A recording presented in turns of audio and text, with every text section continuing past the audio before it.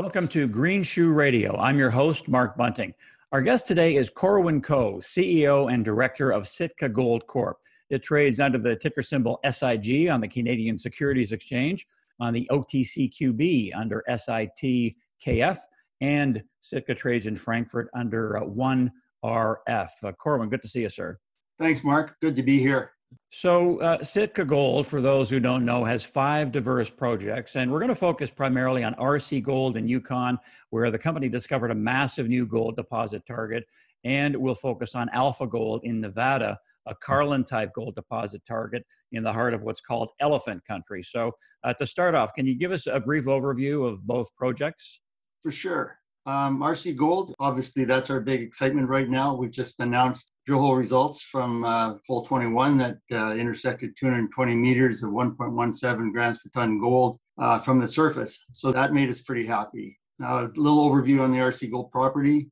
It's a newly road accessible, district scale, 376 square kilometer property. It's located in the heart of the Tombstone Gold Belt, midway between Victoria Gold's New Eagle Mine and the Brewery Creek Gold Mine.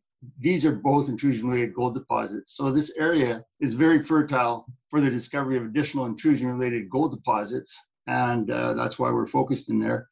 And we've identified several targets within the property. The area also is surrounded by placer gold mines that are very active and have been for years. So that's a good indication, too, that you're in the right area. We currently are focused on a large mineralized gold system that you mentioned there that was identified last year by a greater than 500 ppb gold and soil anomaly that runs approximately 2 kilometers in length and it's about a half a kilometer wide.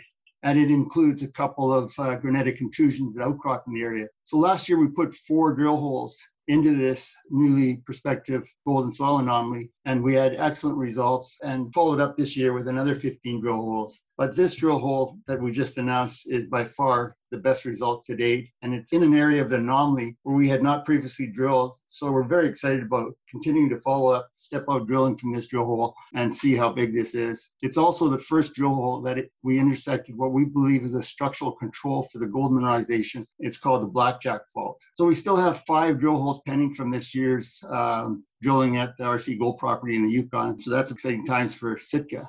On to Alpha Gold. Well, Alpha Gold's been very promising for us too this year. We have completed 2 drill programs and taken the property from a geological conceptual model of potentially hosting a Carlin-type deposit along the projection of the Cortez Trend, which, as you know, hosts over 50 million ounces of gold to date. And we verified by intersecting over 1 gram per ton gold with elevated pathfinder minerals that we are indeed we're in a very large Carlin-type gold system in the right stratigraphy. So currently we're just completing staking additional claims that encompass our new understanding and doubled our land position and are now in the middle of applying for drill permits to further follow up on that exploration. So both those properties have been on the front burner here for this year. Right. So going back to RC Gold, Corwin, the market reacted positively. The stock moved nicely on those recent drilling results you mentioned. You described them as very impressive, exceeding expectations, and you've been saying how excited you are just now. Can you flesh out the details more, especially as it relates to what you may think could be a multi-million ounce economical property there? Well, I think the main thing here is that this is a new discovery that underscores that what we've been exploring for the second year and gives credence to the fact that this is indeed a large intrusion-related gold system that's underlying this gold anomaly. And it's exhibiting gold grades that are potentially economic, especially when you consider that the grades in this drill hole are almost twice the grades of our neighbor, Victoria Gold, which is the newest operating gold mine in the Yukon. And this hole is from surface with very little stripping indicated for the topography for a pit. So that's really important. And just continuing with Victoria Gold and neighbors, gold companies and miners in general, you love to have neighbors that have been there, done that, and are producing. So how does that play into your story, the significance of that? Oh, this is very important, Mark. First, having a producing mine like Victoria Gold endorses that the local communities are mining friendly. Secondly, that you can operate a year-round mine in the Yukon, notwithstanding the elements of the seasons, and make money at a very conservative grade of well under a gram of gold per ton. So that's significant for sure. But there's also, thirdly, that there is a skilled local labor that will support a mine. And fourthly, for us, the infrastructure being road accessible, and there is a government hydroelectric transmission power line right at the turnoff about 30 kilometers away, which would be available for a mine. So it's important positive infrastructure to support a mine at RC Gold. Back to Alpha Gold, Corwin, you touched on those drilling results you described as extremely encouraging. What are the next steps with Alpha Gold? Well, Alpha Gold has come a long way from a conceptual moonshot model to a confirmed large-scale Carlin-type deposit model with gold at shallow depths in the right stratigraphy and with the right elevated pathfinder elements. So next steps right now is once we get our permitting in place is to move a drill back and get the drill turning again. Let's move along to Burro Creek in Arizona, where you've got some historical data. It's always interesting to see how companies utilize historical data and then overlay modern technology. So how is the Sitka team using modern techniques to advance on that data at Burro Creek? Yeah, well, Burro Creek is our flagship property. It has a historical resource of over 5 million ounces of silver and 120,000 ounces of gold.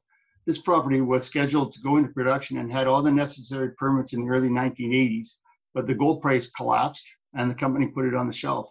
So the latest work done there was a mobile metal ion geochemical soil sampling survey. And this mobile metal ion survey showed a gold-silver anomaly buried under the younger rocks that extend to the south from the known deposit. So we went in there and we test drilled this last year, put 10 holes in and confirmed that this was indeed an extension of the main mineralized zone containing this deposit. Where we're at right now is we've gone off of our patented claims onto BLM ground and we're waiting for our permits to continue drilling that trace of that anomaly, which is about another kilometer that we have to drill there. Once that's done, we'll put out a new compliant 43101 resource report together. That's the plan.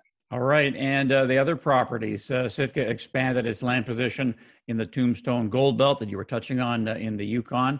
You acquired the OGI property last year. Can you update us on that and then on the Coppermine River project in Nunavut? Sure. We just completed a gravity geophysics survey over the target area at the OGI property that has a surface zinc silver anomaly with up to an ounce in silver in the soils. And it's a 200 meter by 800 meter anomaly in a geological environment that's known to host these massive SEDIC style deposits. So we're waiting for the interpretation of that gravity survey at this time, and we'll follow up with whatever that shows.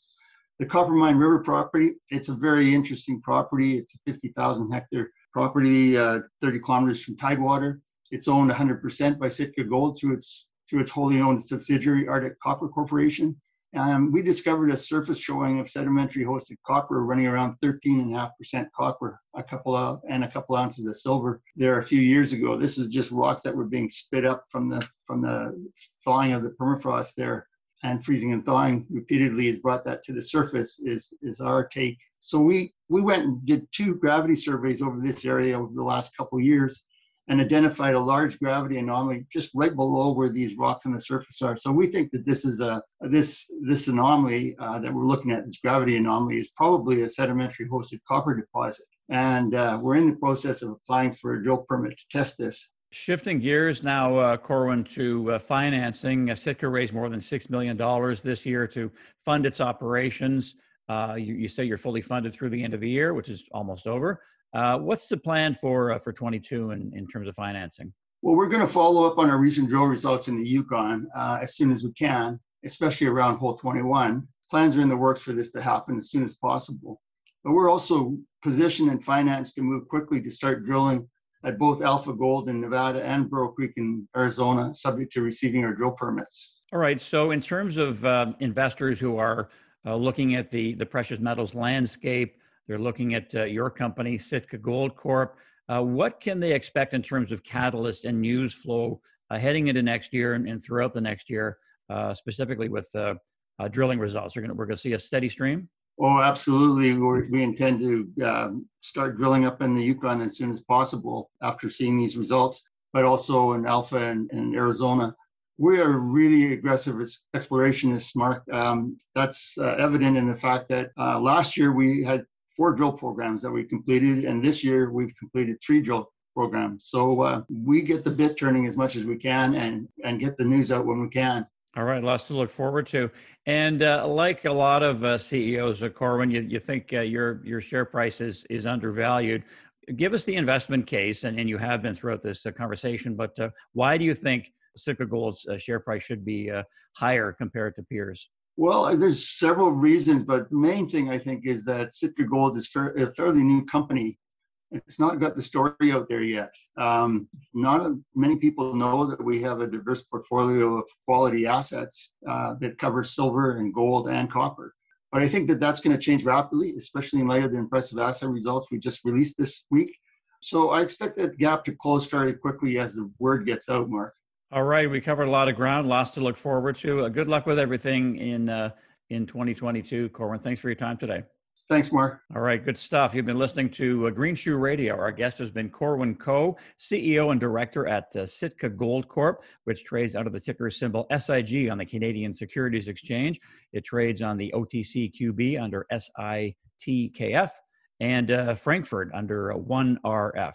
I'm Mark Bunting. Thanks a lot for listening, and we'll talk to you next time.